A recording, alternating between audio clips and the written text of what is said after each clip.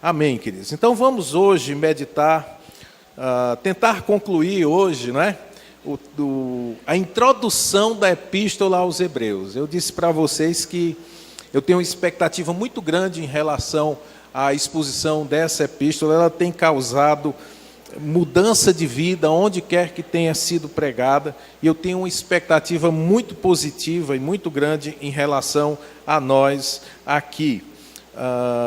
Porém, ela não está andando no ritmo que eu pensei que ela andaria. Eu, na minha tolice, coloquei os 7 primeiros versículos, que são a introdução, pensando que iria concluí-los em um domingo apenas, e no primeiro domingo eu apenas cumpri o versículo 1, Então já marcou o passo de quantas lições nós temos a aproveitar. Domingo passado nós vimos o versículo 2 a 4, e hoje nós vamos continuar, se Deus permitir, concluindo a introdução da carta de Paulo aos Romanos. Queria pedir que você se colocasse em pé, para, em reverência à palavra, nós juntos lêssemos o que o apóstolo diz.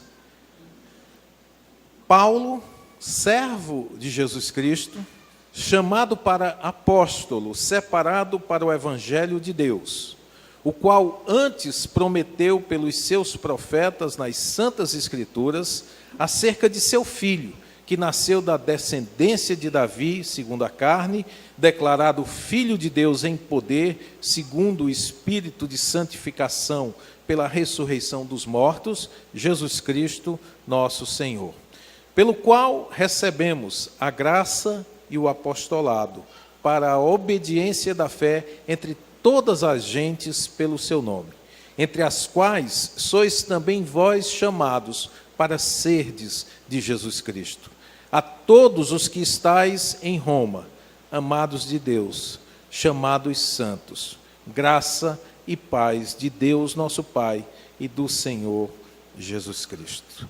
Pai querido, apresentamos mais uma vez a Tua palavra com reverência diante de Ti. E pedimos que o Senhor, que é o autor destas linhas, possa estar nos trazendo revelação esta noite, para que no abrir da nossa boca, no meditar do nosso coração, haja manifestação da Tua graça e do Teu poder, convertendo vida, trazendo vidas ao arrependimento e à fé em Jesus Cristo. É o que pedimos no nome dEle, nosso Senhor amado. Amém. Amém. Pode sentar-se. Como você viu, e nós já falamos sobre isso, Paulo se apresenta como autor dessa epístola, como servo, e nós vimos o sentido que era escravo, aquele que não prestava serviço voluntário, mas ao contrário, era alguém que era obrigado a prestar um serviço, era o sentido romano da palavra, mas também implicava no escravo solto, escravo forro, que por amor não se afastava do seu senhor, o que para o judeu era bastante compreensível. Paulo se diz que era servo, fala que foi enviado, ou seja, era um apóstolo enviado por Jesus Cristo em uma missão, tendo sido chamado para pregar a fé que anunciava entre as nações e separado para o evangelho de Deus. Essa declaração dele se junta ao final do verso 1, quando ele diz que foi separado para o evangelho de Deus, e nós vimos que o evangelho, de fato, era uma boa notícia. Paulo tinha desejo de anunciar entre o povo de Roma aquela boa notícia que da parte de Deus havia sido dada a toda a humanidade. Lucas 2,10 registra, quando do nascimento de Jesus, o coro dos anjos que diz aos pastores: não temais, porque eis aqui vos trago novas de grande alegria, que será para todo o povo, pois na cidade de Davi vos nasceu hoje o Salvador, que é Cristo o Senhor. O anúncio celestial é de que uma grande nova, de boas e de grande alegria estavam sendo dadas, que havia nascido, havia encarnado, entrava o eterno no nível do tempo, na pessoa de Jesus Cristo para a salvação das pessoas. Nasceu hoje na cidade de Davi o Salvador, que é Cristo, o Senhor. Porque Paulo considerava que ele pregava uma boa notícia da parte de Deus. Nós vimos isso semana passada. Porque todos nós somos devedores infinitamente diante de um Deus santo e perfeito. Jesus nos fala em Mateus 18, 23 a 27, num contexto em que se fala da necessidade de perdão, assim como nós fomos perdoados, nós devemos perdoar aquele que nos ofende também. Jesus conta uma parábola em que um rei muito poderoso chama os seus servos para o acerto de contas, e um destes havia conseguido uma dívida imensa. Ele havia recebido um valor que em moeda atual seria por volta de 2 bilhões de dólares, mais de 2 bilhões de dólares, né? E ele não tinha com que pagar.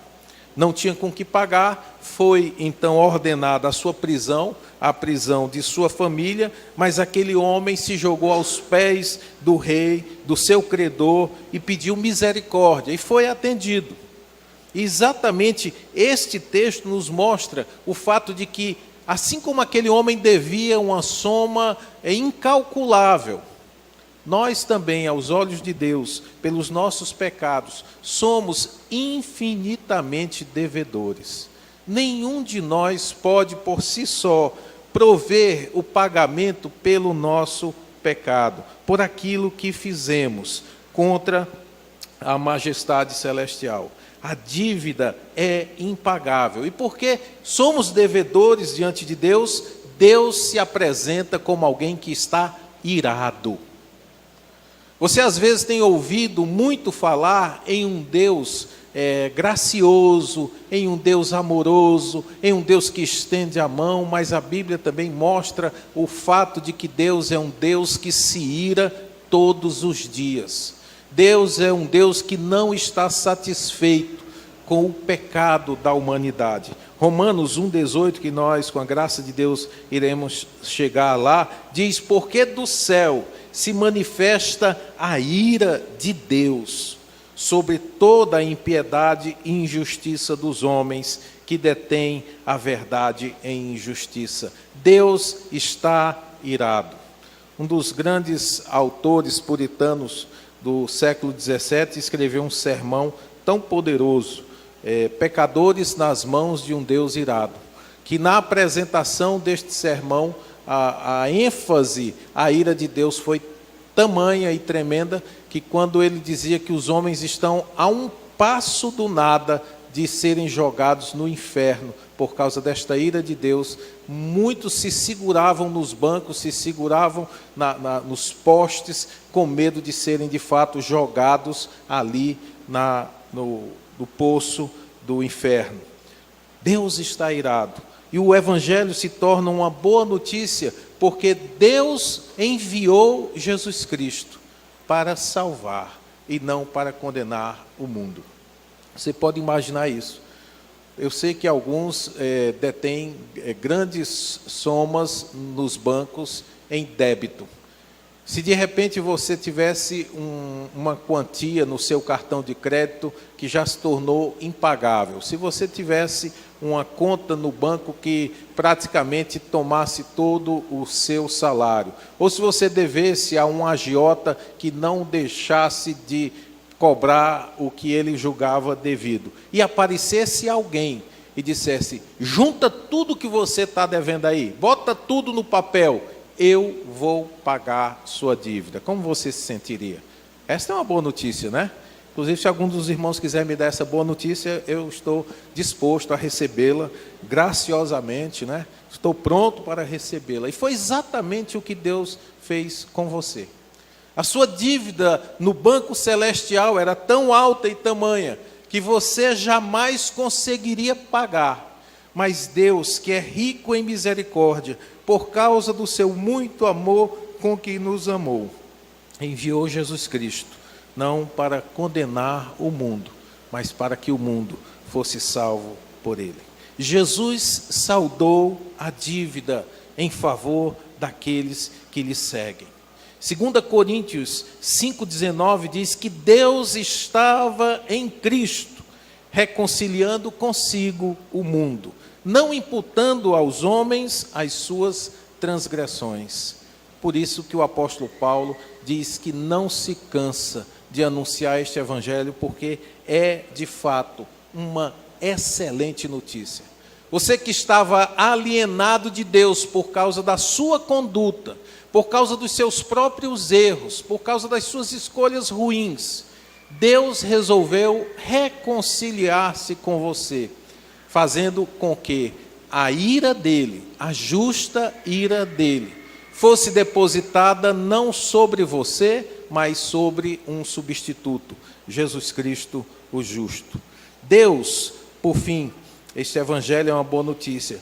É uma boa notícia porque Deus cumpre todas as suas promessas. O apóstolo Paulo diz que o evangelho que ele estava pregando não era uma inovação. Ele não estava trazendo agora algo novo, mas era, ao contrário, o cumprimento de todas as promessas de Deus desde o Velho Testamento. Ele fala isso quando relembra de Gênesis 3,15, quando Deus prometeu que a semente, a descendência de Eva, haveria de esmagar a cabeça da serpente. E todas as demais figuras que ele usa ao longo de toda a história bíblica para indicar que um dia o homem seria liberto do poder do pecado. Fala da saída do povo do cativeiro egípcio, na noite de Páscoa, em que um cordeiro, sem mancha e nem defeito, era sacrificado, e o seu sangue espargido nos umbrais das portas. E todos aqueles que estavam guardados debaixo daquele sangue não eram atingidos pelo anjo da morte, que passava por toda a terra do Egito. É uma figura daquilo que Jesus Cristo fez por cada um de nós. Um dia o juízo de Deus chegará a toda esta terra.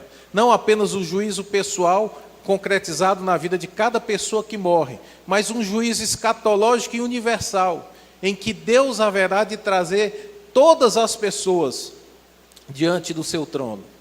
E assim como aqueles israelitas que foram protegidos pelo sangue, pela fé no sangue, pela fé no sacrifício do Cordeiro puro, foram protegidos da morte, também todos aqueles que colocam a sua fé na pessoa de Jesus Cristo, no sangue que foi vertido no Calvário, também passarão cobertos, passarão sem medo, passarão protegidos até o dia do juízo. Muito bem, isso foi o que vimos até a semana passada. Alguns já estão dizendo, eu pensei que o pastor estava terminando. Não, você que é novo aqui sabe, não sabe ainda, alguns já sabem que aqui demora um pouquinho mais.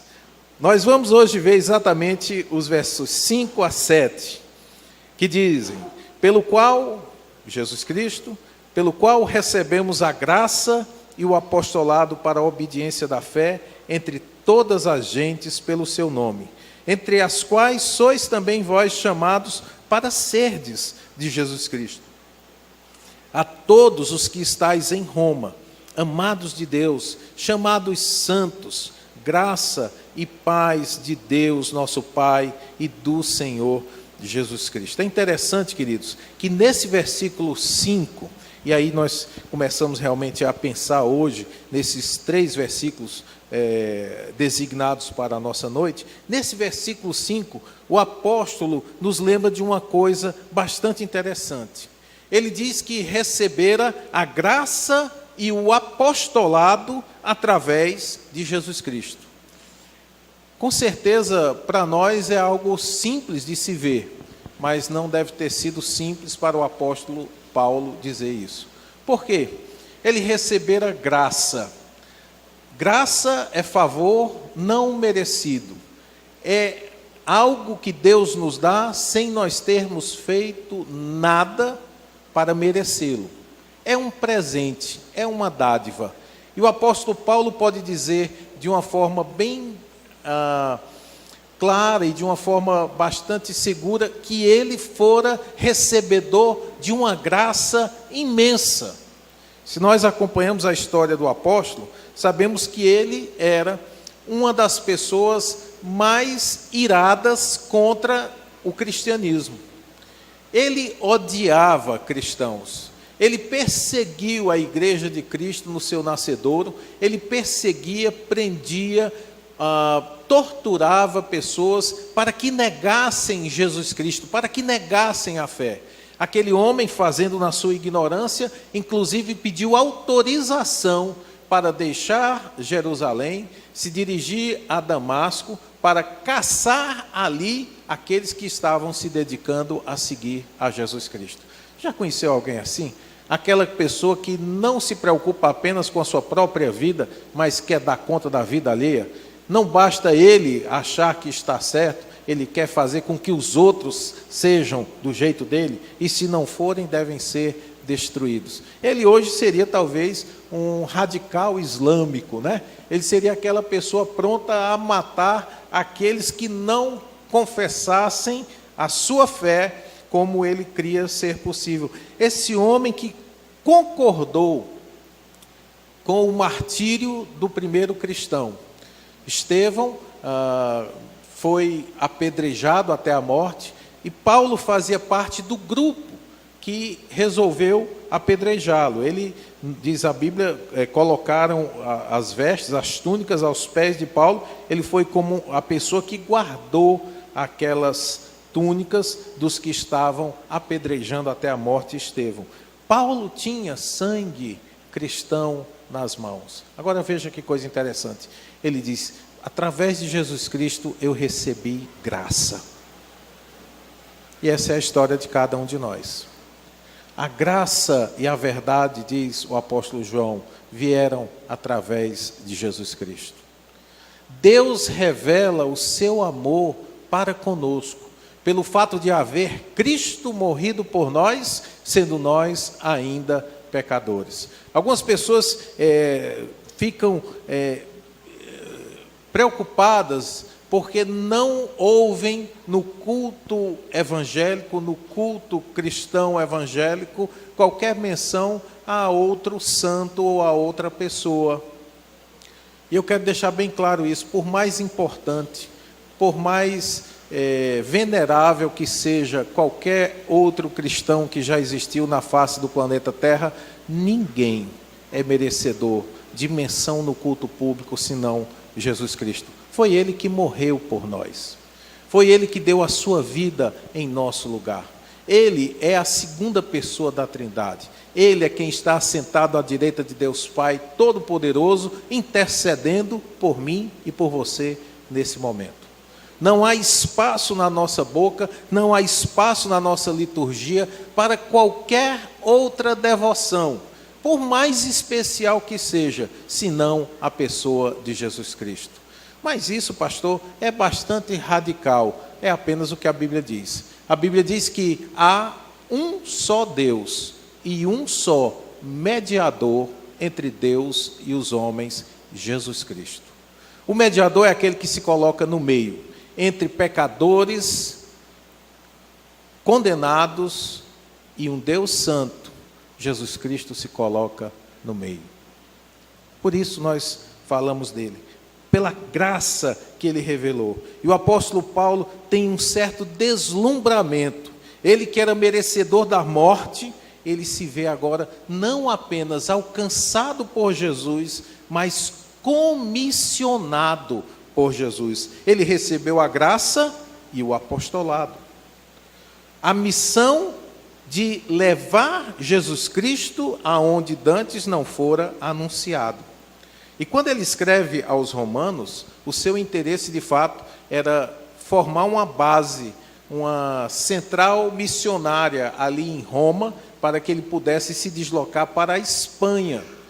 Paulo, ao contrário de alguns de nós, ele não tinha interesse de pregar o Evangelho onde Jesus Cristo já havia sido anunciado. Paulo desejava ardentemente fazer com que as pessoas que nunca tinham ouvido falar de Jesus finalmente tivessem algum contato e algum conhecimento dele. Isso é interessante para nós percebermos também o fato de que Paulo não fazia isto sozinho. Ele dependia do suporte de uma igreja local. Os crentes em Roma estavam sendo animados a darem apoio a essa empreitada missionária. Paulo iria passar por Roma para iniciar um trabalho na Espanha. Isso não aconteceu do jeito que ele queria. De fato, ele só chegou em Roma 5 anos depois que ele escreveu essa carta e ainda chegou preso. Então não foi como ele pensou, mas foi exatamente como Deus quis que fosse. Esse homem que era perseguidor de cristãos, não apenas recebeu graça, mas recebeu uma missão tão nobre, que era anunciar Jesus Cristo. Por isso que o apóstolo Paulo fala com muita alegria deste evangelho, porque de fato ele sabia que o evangelho é o poder de Deus para a salvação daquele que crê. E ele anuncia isso no verso 16 do primeiro capítulo, quando ele diz que não tem razão nenhuma para se envergonhar do que ele falava, porque ele estava bem certo de que o que ele transmitia era, de fato, uma boa notícia. Então, como nos diz o verso 5, ele recebera a graça e o apostolado. Para quê? Diz o texto, continuando, para a obediência da fé entre todas as gentes, pelo seu nome, pelo nome de Jesus. A versão revista e atualizada diz que ele recebeu a graça e o apostolado para a obediência por fé entre todos os gentios. E a nova versão internacional diz que por meio dele, por meio de Jesus, e por causa do seu nome, recebemos graça e apostolado para chamar dentre todas as nações um povo para a obediência que vem pela fé. Isso é bastante sugestivo, porque o tema central de Romanos, apesar de vários outros subtemas que aparecem ao longo da exposição, mas o tema principal é exatamente a justiça de Deus que vem pela fé em Jesus Cristo. A maioria de nós pensa que a salvação do homem depende das nossas boas obras. Se você perguntar a uma pessoa que não seja do meio evangélico, talvez você vá perguntar para essa pessoa e dizer: o que é que eu devo fazer para ser salvo? A pessoa imediatamente vai lhe dizer: você deve ser uma boa pessoa, você deve fazer caridade, você deve fazer isso, você deve fazer aquilo, ou você não deve fazer essa outra coisa. Normalmente as pessoas pensam que a salvação está ligada com algo que elas precisam fazer. Todas as religiões mundiais são baseadas nesse princípio. É um toma lá da cá. É o meu esforço próprio que consegue um lugar para mim no céu. O cristianismo é diferente. O cristianismo diz que de fato nós somos salvos pelas obras, mas é pelas obras que Jesus praticou. Por meio do que Jesus fez, não somente a expiação no Calvário, mas ao longo de toda a sua vida, Cristo comprou-nos favor aos olhos de Deus. Deus castigou em Jesus Cristo as nossas iniquidades e concedeu a nós a justiça da obediência perfeita de Jesus Cristo enquanto viveu aqui na terra. Mas muita gente, por saber que a fé é um instrumento, a fé em Jesus Cristo é um instrumento que leva à salvação, costuma imaginar que qualquer fé é essa fé que salva.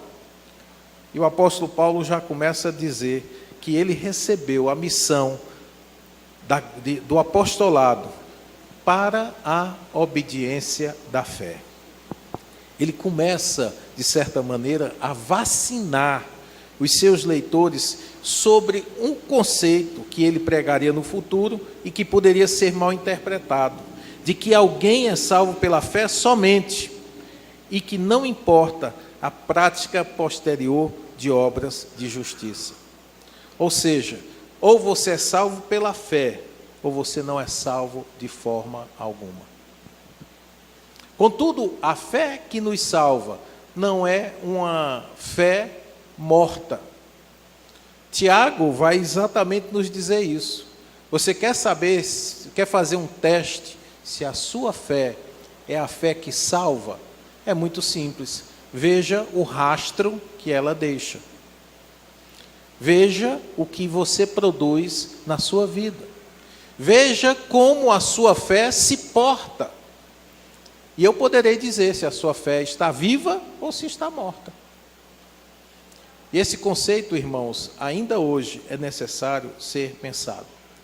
Porque algumas pessoas, sabendo que a salvação vem por meio da fé somente, independentemente das obras da lei, que é exatamente o que o apóstolo Paulo fala, algumas pessoas acham que basta uma confissão de fé. Eu creio que Jesus Cristo é o Filho de Deus. E consideram a sua vida, a forma como vivem, como algo indiferente para Deus. Não, pastor, nós somos salvos pela fé. Pela fé.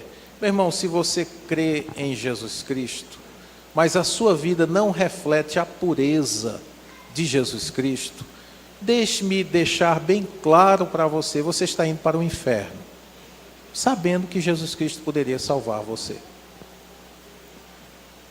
É pesado, mas é verdade. A verdadeira e genuína fé que Deus opera no nosso coração, que Deus nos concede, é uma fé comprometida com os valores de Deus. Eu creio em Cristo, mas vivo na prática constante, natural do pecado. Você tem um assentimento intelectual. Você chegou a uma conclusão lógica. O que eu lhe exponho aqui faz sentido, vida por vida. O Cordeiro de Deus que foi imolado no meu lugar, o sangue espargido nos umbrais das portas. Eu compreendo tudo isso. Faz sentido, eu conheço a Bíblia. O que o pastor está falando aí é verdade, eu já li isso. Mas essa fé, ela não desce ao seu coração, ela não escorre pelos seus dedos. Eu gosto daquela música que nós cantamos aqui, que somos os teus pés, né? Somos as tuas mãos, os teus olhos à procura dos que sofrem. Eu gosto muito disso. Cristo Jesus usa hoje eu e você para estender o seu reino na terra. E se você, ao invés de estar estendendo o reino de Deus na terra, você está estendendo os seus tentáculos sujos, eu quero lhe dizer que nada resta para você senão terror no futuro. Jesus ilustra isso muito bem quando ele diz, não é uma parábola, é uma verdade, quando ele diz, naquele dia muitos me dirão, Senhor, Senhor, nós não profetizamos em teu nome, e em teu nome não fizemos maravilhas, e em teu nome não fizemos tantas coisas boas. E Jesus lhes dirá abertamente, eu nunca conheci vocês. Apartem-se de mim, vocês que praticam a iniquidade. Veja bem, marcava-se na vida daquelas pessoas práticas incríveis. Eles eram poderosos pregadores da palavra de Deus. Então, pregadores aqui presentes, temei. Eles eram operadores de sinais e maravilhas. E eu acho que aqui nós não temos muitos operadores de sinais e maravilhas. Então, se os que eram desse nível estavam também condenados, imagina quem não faz isso. O que o Senhor diz é que aquele que vive na prática da vida pecaminosa, esse dá demonstração de que possui uma fé morta. James Boyce, pastor da 10ª Igreja Presbiteriana, lá nos Estados Unidos, na cidade eu sempre esqueço a cidade dele, já morreu. Um homem de Deus, um grande teólogo, comentarista excelente. Ele diz: a verdadeira fé bíblica deve produzir obediência. Se a fé que alguém tem não conduz à obediência, esta não é a fé que a Bíblia está falando quando nos chama a fé em Jesus Cristo.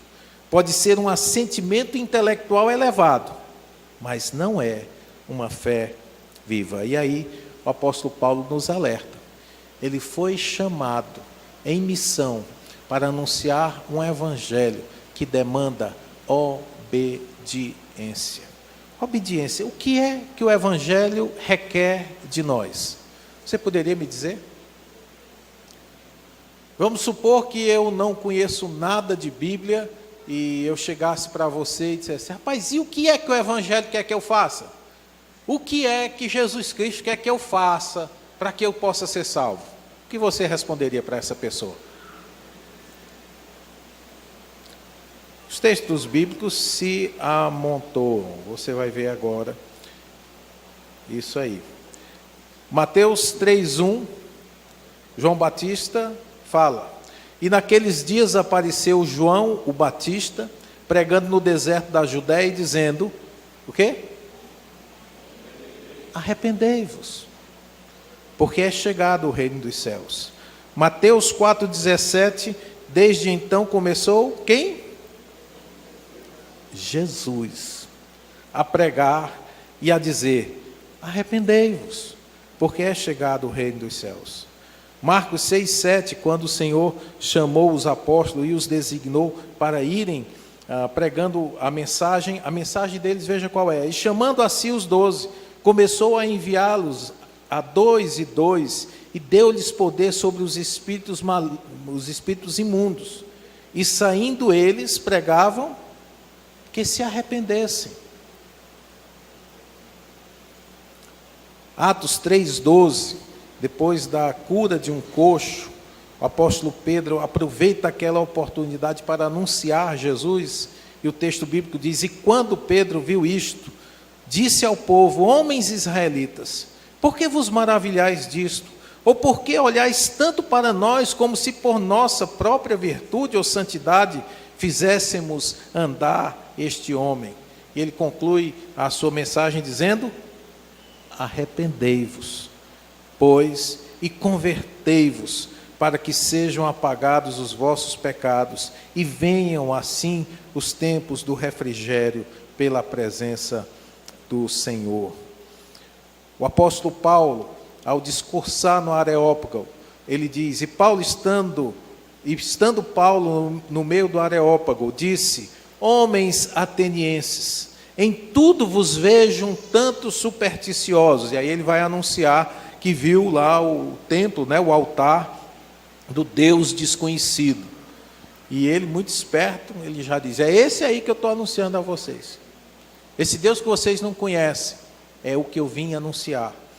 E ele diz: mas Deus, não tendo em conta os tempos da ignorância, vocês eram tudo aí pagãos, estavam adorando imagens, Deus, não tendo em conta os tempos da ignorância, anuncia agora a todos os homens, e em todo lugar, que se arrependam.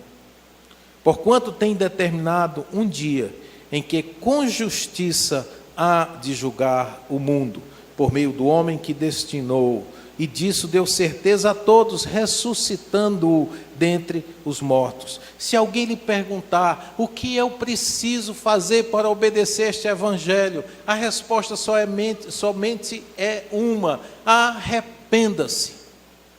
Arrependa-se. Há muita gente que é chamada para vir a Jesus Cristo: venha como está, Jesus te ama, Jesus sofreu no seu lugar, venha. E a pessoa começa a achar assim, rapaz, o bichinho sofreu tanto, é mesmo, eu acho que eu vou lá, vou dar uma chance para Jesus. Ou pior ainda, sua vida está ruim, meu amigo, venha para Jesus, tudo vai melhorar. Você está sofrendo, Jesus pode resolver o seu problema, venha. E as pessoas vêm por motivos egoísticos, e quando não tem a sua vontade satisfeita, porque Jesus não prometeu vida mansa a ninguém, muito pelo contrário, ele prometeu foi perseguição. Essas pessoas acabam se tornando endurecidas contra o Evangelho, dão as costas e saem da igreja e vão falar mal de Jesus Cristo. O verdadeiro Evangelho anuncia a todos os homens que se arrependam. Lembra da história da dívida impagável? É o que você tem diante de Deus. Deus não precisa de nós. Deus não precisa de um único ser criado, Pai, Filho e Espírito Santo, desde toda a eternidade, se bastam a si mesmos.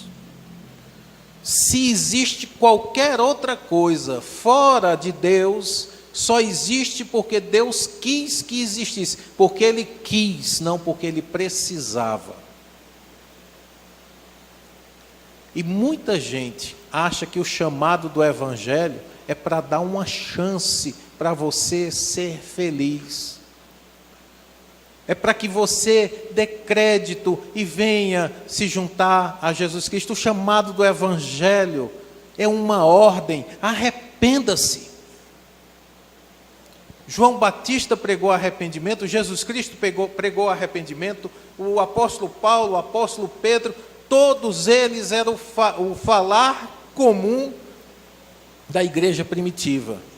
Arrependam-se.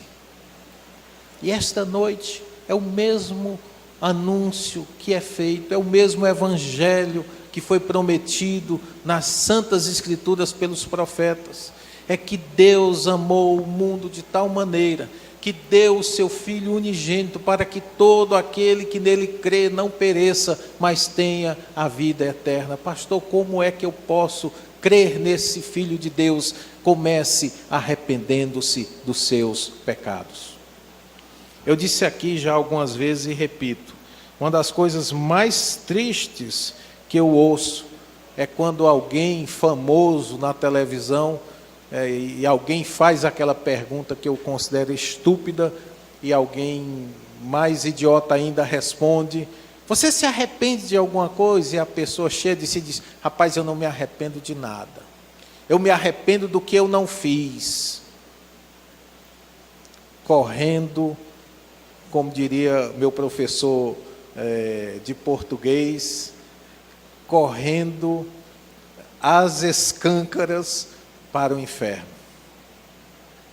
Está correndo sem qualquer peia, sem qualquer limite, sem qualquer freio, está correndo para o inferno. Porque você só entra no céu se você primeiro se arrepender. O evangelho que Paulo anunciava era uma boa notícia, mas só se tornava boa notícia para aqueles que obedeciam a ordem do Evangelho: arrependam-se. Com isso em mente, nós vamos ver também o que diz o verso 6. O verso 6 diz: entre as quais pessoas sois também vós chamados para serdes de Jesus Cristo. É interessante esse termo. Somos chamados para sermos de Jesus Cristo. Primeiro mostra o senhorio de Cristo. Você não é chamado para ser desta igreja.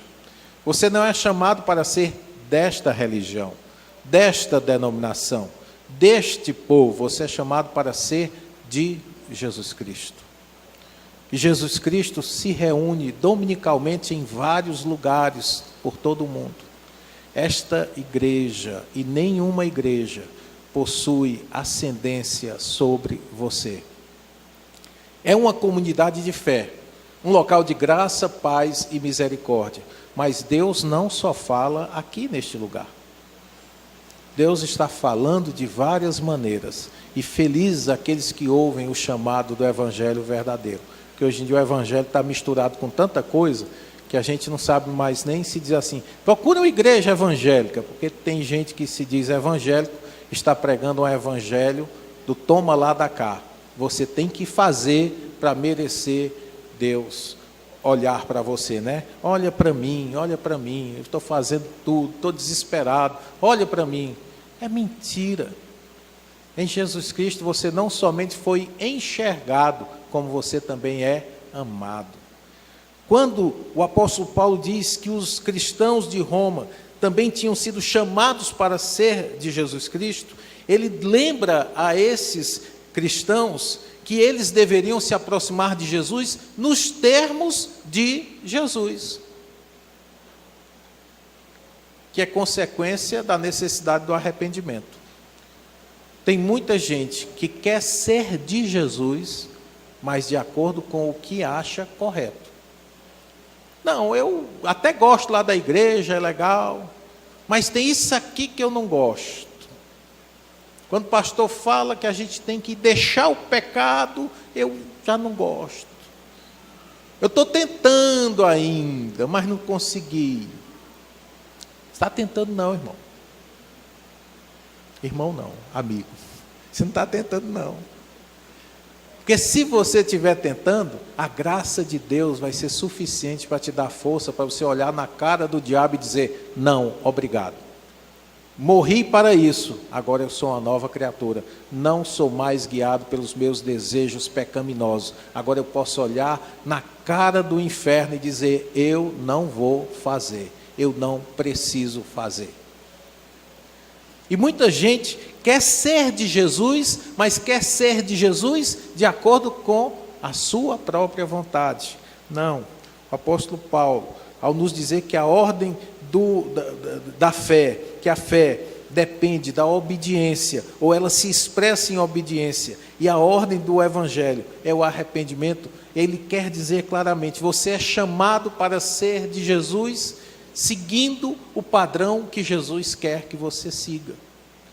Ele quer que você seja sua ovelha e ele seja o seu pastor.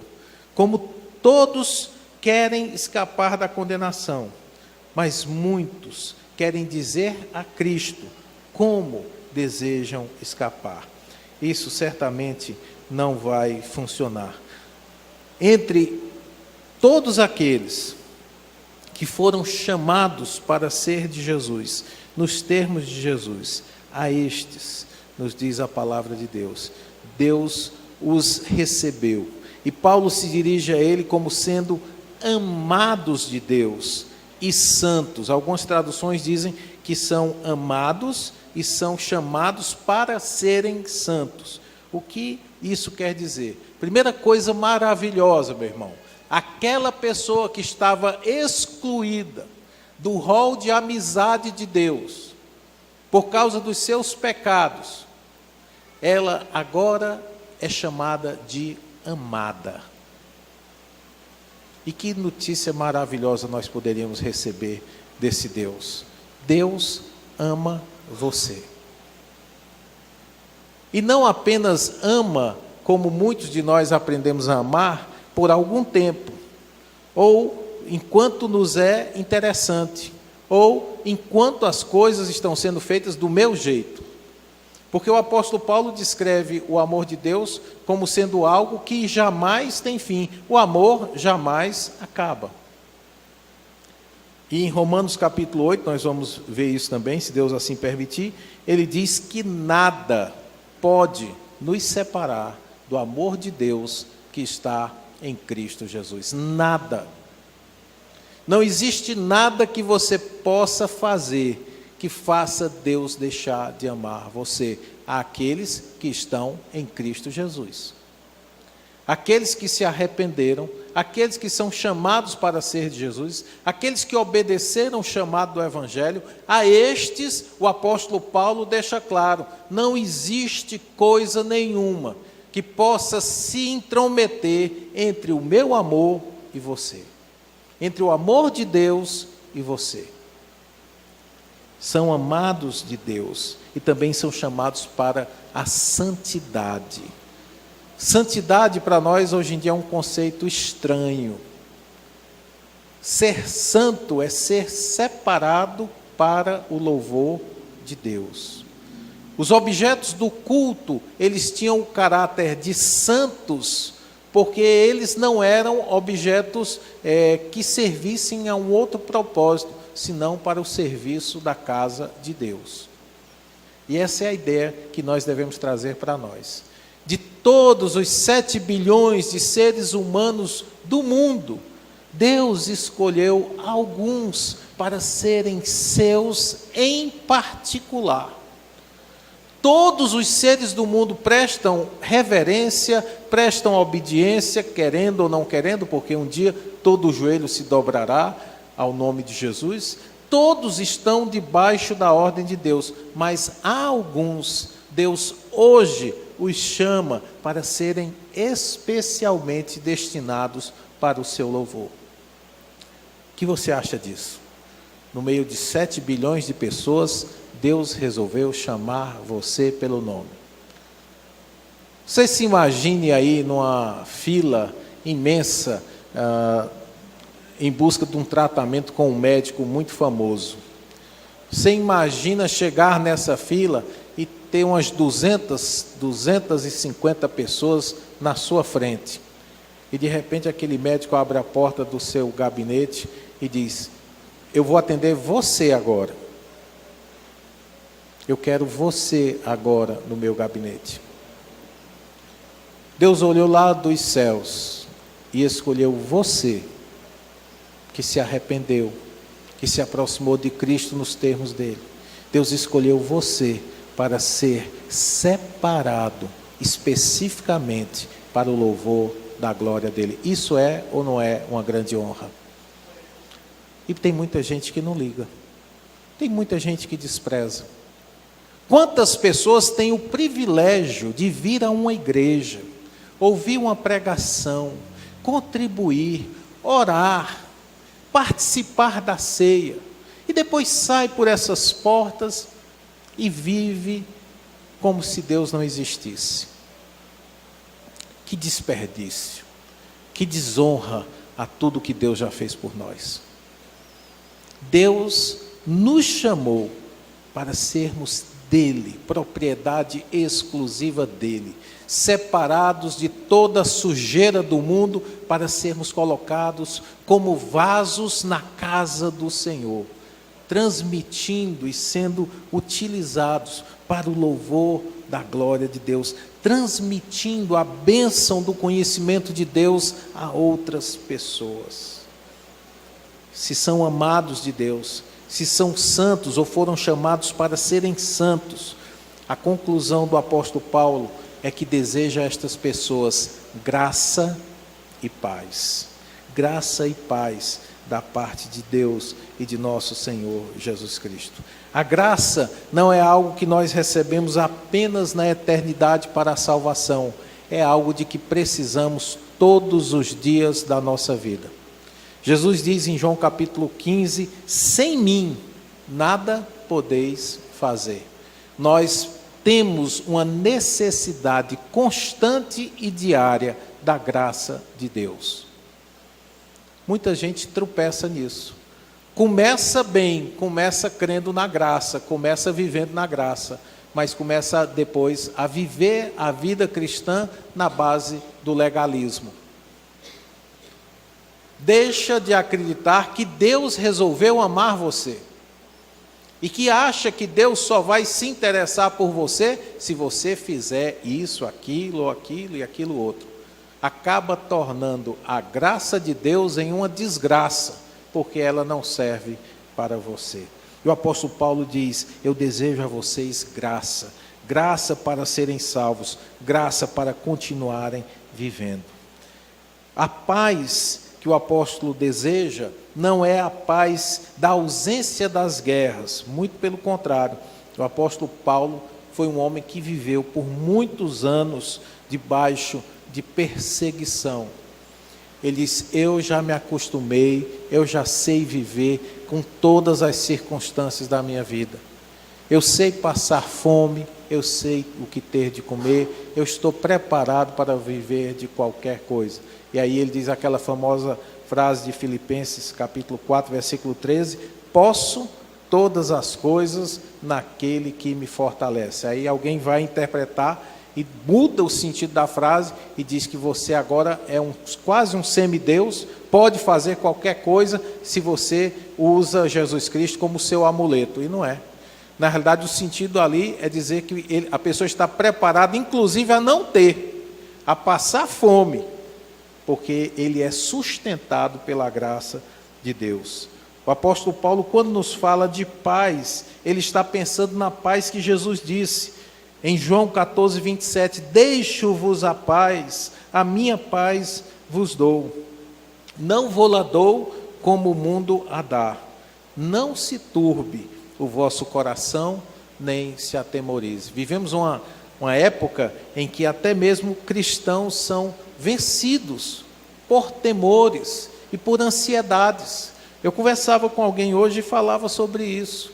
Ansiedade é apenas a expressão exterior da incredulidade. A ansiedade é porque você tirou os olhos de Jesus Cristo e passou a olhar para as circunstâncias ao seu redor.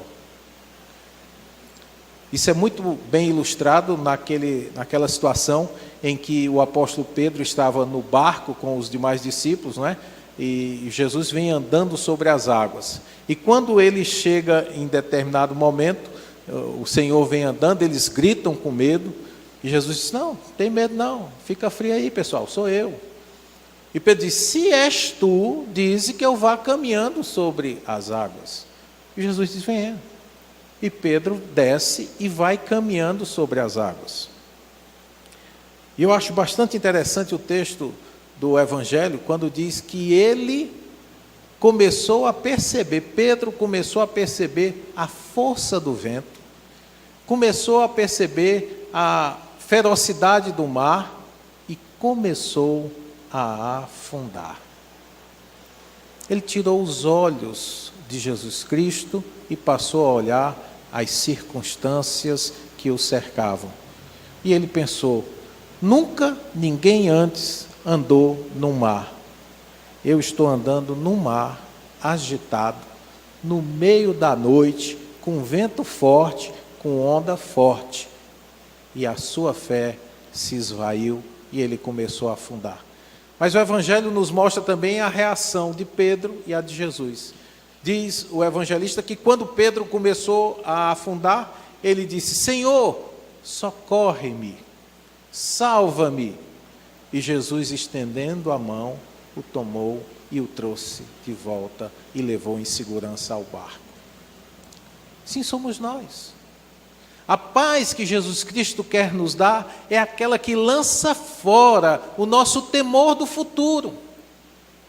Tenho paz, porque eu sei quem guarda a minha vida. Não quer dizer com isso que eu não vá passar por dificuldades. O próprio Jesus Cristo ilustrou isso na sua vida. Que homem mais santo já pisou nessa terra que não Jesus Cristo? E ainda assim, ele teve uma morte cruel. Muitos santos de Deus tiveram vidas despedaçadas por grandes tragédias. Inclusive, há um cântico do nosso cantor cristão, muito bonito, eu ouvi falar que a história foi essa, não sei, mas conta-se a história, que aquele cântico, aquele hino, se paz a mais doce me deres gozar, se dor a mais forte temer, ou seja o que for, tu me fazes saber que feliz sempre sou com Jesus, né? Diz que o autor era alguém que escapou de um naufrágio, mas nesse naufrágio ele perdeu a esposa e os filhos. E você pode imaginar talvez qual seria a sua reação se você passasse por uma tragédia dessa. Como as pessoas se acabam para a vida. Fecham-se em si mesmas, culpam a Deus, culpam aos outros, se revoltam com Deus. E aquele homem tinha a confiança que ainda que ele passasse por toda a dificuldade que ele estava passando, por toda a dor que ele estava passando, ele podia cantar, eu sou feliz em Jesus Cristo. Essa é a paz que Jesus nos dá. É a paz que excede todo o entendimento. Ficou doido, pois é, mas ficou doido em paz. Total e absoluta paz. Romanos 5,1 nos fala da paz que Deus nos dá através da reconciliação. Tendo sido, pois, justificados pela fé, temos paz com Deus, por meio de nosso Senhor Jesus Cristo. Gálatas 5:22 nos fala que a paz é fruto da existência de um coração regenerado, mas o fruto do Espírito é amor, gozo, paz e outras coisas. Filipenses 4:6, também o apóstolo diz que nós não devemos estar inquietos por coisa alguma. Antes as vossas petições, diz ele, antes as vossas petições sejam em tudo conhecidas diante de Deus pela oração e súplica. Você precisa, ore e suplique, mas ouça o que ele continua dizendo: sejam em tudo conhecidas diante de Deus pela oração e súplica com ação de graças. A consequência, o verso 7 diz: e a paz de Deus, que excede todo o entendimento, guardará os vossos corações e os vossos sentimentos em Cristo Jesus. Isso encerra a introdução que o apóstolo Paulo fez aos romanos. Eu queria só pensar com você duas últimas coisas. A primeira, você está chamado a crer em Jesus. E a ordem do Evangelho é: arrependa-se. Não me importa, como diria a Bíblia, pouco se me dá se você nasceu num lar cristão, se você tem conhecimento da Bíblia, se você é filho de pastor, neto de pastor, avô de pastor, não me interessa. O que Deus diz a todos os homens e em todos os lugares é a mesma coisa: arrependa-se. E se você não tem do que se arrepender esta noite, arrependa-se da sua incredulidade.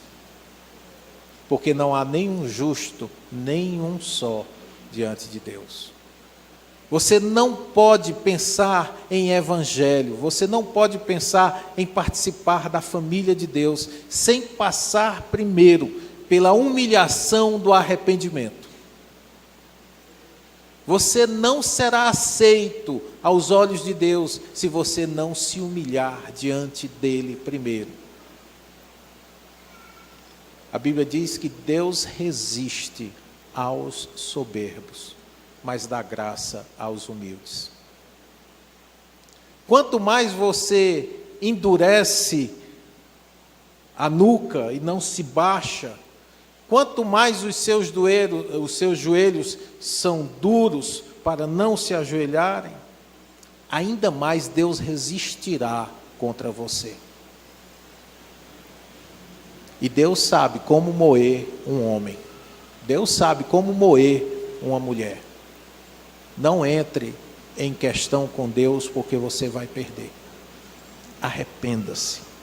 Arrependa-se, porque Deus deseja lhe dar também graça e paz. E esse é o chamado, o convite para hoje à noite. Que você se arrependa, para que Deus também possa dar a você a graça e a paz que Ele prometeu que nos daria. Queria que você orasse comigo nesse momento. É um momento em que nós nos voltamos para dentro de nós mesmos, para a nossa realidade de pecados, de fracassos, de erros. É um momento precioso em que Deus fala conosco e diz ao coração de cada um: arrependa-se, buscai ao Senhor enquanto se pode achar, invocai-o enquanto está próximo. Você precisa hoje fazer o caminho de volta para casa. Você precisa hoje se jogar aos pés de Jesus e dizer: tem compaixão de mim. sê propício a mim, pecador. Esse é um bom lugar e uma boa hora para você conversar com Jesus Cristo e dizer para Ele: eu me arrependo, Senhor. Eu já não quero viver como tenho vivido, eu já não quero ser quem tenho sido. Faça de mim uma nova criatura. Algumas pessoas vivem vidas alheias a Jesus Cristo. E hoje o Espírito Santo chama você a sair desse estado e a participar da graça e gozar da paz que Ele deseja dar a todos aqueles que se voltam com fé para o seu Filho Jesus Cristo. Se hoje ouvirdes a sua voz, não endureçais os vossos corações. Senhor nosso Deus e Pai querido, nós te agradecemos por Jesus Cristo. Te agradecemos pelo muito amor com que o Senhor nos tem amado. Te agradecemos porque a Tua palavra é luz para o nosso caminho e podemos confiar seguros que, crendo no Teu Filho Jesus, nos arrependendo dos nossos pecados e tendo-o como Senhor da nossa vida, nós não seremos lançados fora, ao contrário, acharemos favor aos Teus olhos.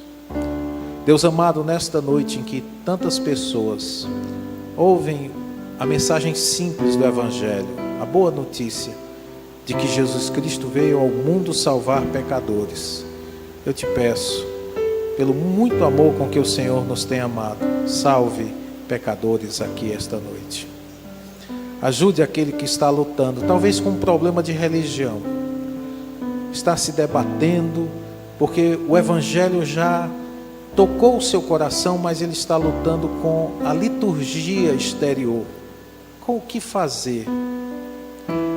Senhor, mostra a essa pessoa que qualquer pessoa que rejeita a Jesus Cristo por qualquer outra coisa, por mais nobre que seja, está rejeitando o Filho de Deus. E que essa pessoa não precisa disso, não precisa viver nessa luta. O primeiro passo é a graça em Jesus Cristo, é ir para Ele. E depois o Senhor providenciará todas as coisas. Há aquele também, Senhor, que tem ouvido a mensagem do Evangelho domingo após domingo e todas as vezes é tocado, mas diz: semana que vem, depois disso, depois daquilo. Meu amado Senhor, eu te peço para que essa pessoa tenha os seus olhos desvendados agora, para que ela perceba que não é dona do seu tempo, que o tempo é teu e que o Senhor é que determina se teremos um próximo domingo ou não.